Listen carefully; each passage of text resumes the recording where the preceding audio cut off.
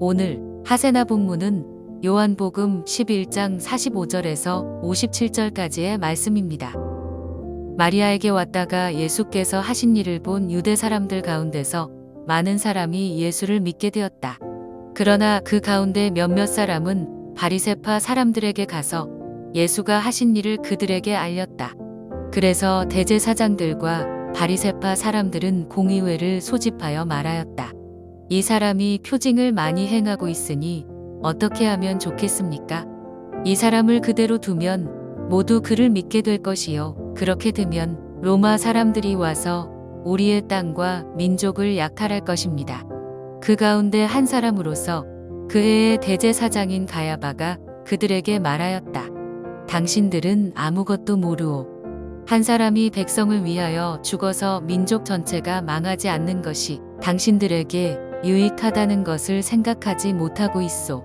이 말은 가야바가 자기 생각으로 한 것이 아니라 그 해의 대제사장으로서 예수가 민족을 위하여 죽으실 것을 예언한 것이니 민족을 위할 뿐만 아니라 흩어져 있는 하나님의 자녀를 한데 모아서 하나가 되게 하기 위하여 죽으실 것을 예언한 것이다. 그들은 그날로부터 예수를 죽이려고 모의하였다. 그래서 예수께서는 유대 사람들 가운데로 더 이상 드러나게 다니지 아니하시고 거기에서 떠나 광야에서 가까운 지방 에브라임이라는 마을로 가서 제자들과 함께 지내셨다.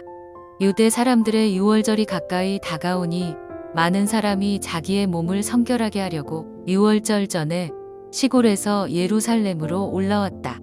그들은 예수를 찾다가 성전뜰에 서서 서로 말하였다. 당신들은 어떻게 생각합니까? 그가 명절을 지키러 오지 않겠습니까? 대제사장들과 바리새파 사람들은 예수를 잡으려고 누구든지 그가 있는 곳을 알거든 알려달라는 명령을 내려두었다. 반갑습니다, 성도 여러분. 오늘 여러분들과 함께 요한복음 11장 45절에서 57절까지의 말씀을 나눠보고자 합니다. 예수님께서 죽은 나사로를 살리신 일은 주변 일대에 큰 파장을 불러일으킵니다. 다른 어떤 기적과 이적보다 더 큰 영향력을 줬습니다. 특히 이번 사건으로 인해서 위기감을 느낀 집단이 있었습니다. 그들은 바로 예루살렘 중심으로 모인 대제사장들과 바리새인들이었습니다. 당시에 예루살렘은 유대 정치의 중심이었습니다. 로마 정부는 큰 제국을 다스리기 위해서 각 지방의 유지들을 중심으로 자치권을 허락했습니다. 특히 유대 지역은 유대인들의 종교색이 강했기 때문에 예루살렘으로 중심으로 정치 권력들이 모여들었습니다. 그래서 예루살렘에 있었던 사람들은 친로마적인 성향을 가진 사람들이었습니다. 그들은 로마에 협력하면서도 자신들의 종교를 유지하려고 노력했습니다. 그래서 그들은 정부의 눈밖에 나는 일들을 매우 조심했습니다.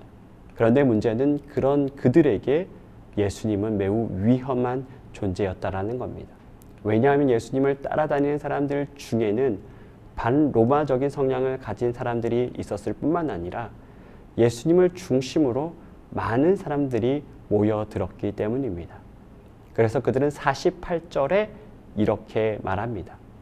만일 그를 이대로 두면 모든 사람들이 그를 믿을 것이요.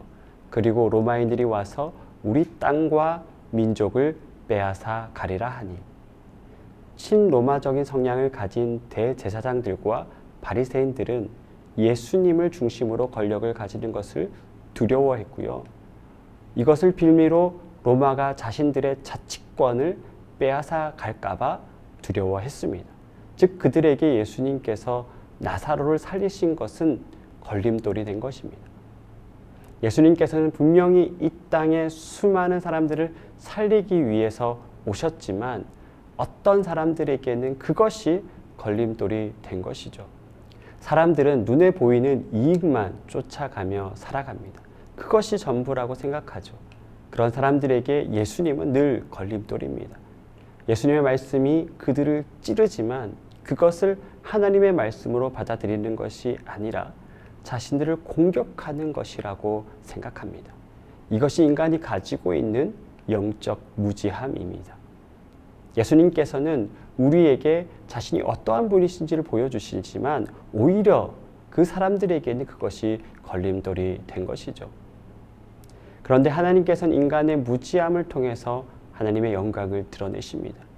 그 해의 대제사장이었던 가야바는 예수님을 죽이기 위해서 발언을 합니다. 한 사람의 죽음을 통해서 많은 사람을 살리는 것이 옳다고 발언을 하는 것이죠.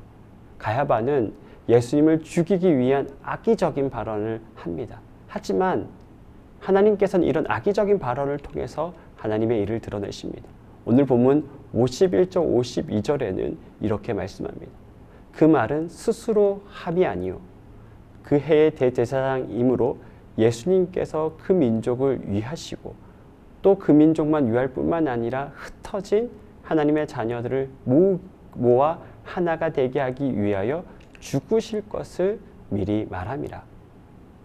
대제사장 가야바는 자신이 의도하지 않았지만 예수님의 십자가의 사역을 예언합니다.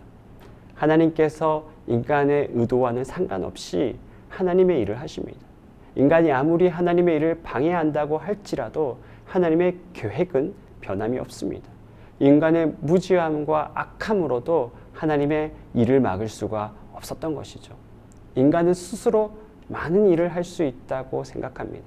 하지만 인간은 자기를 위한다고 하지만 자신의 문제조차도 해결할 수 없는 것이 인간입니다.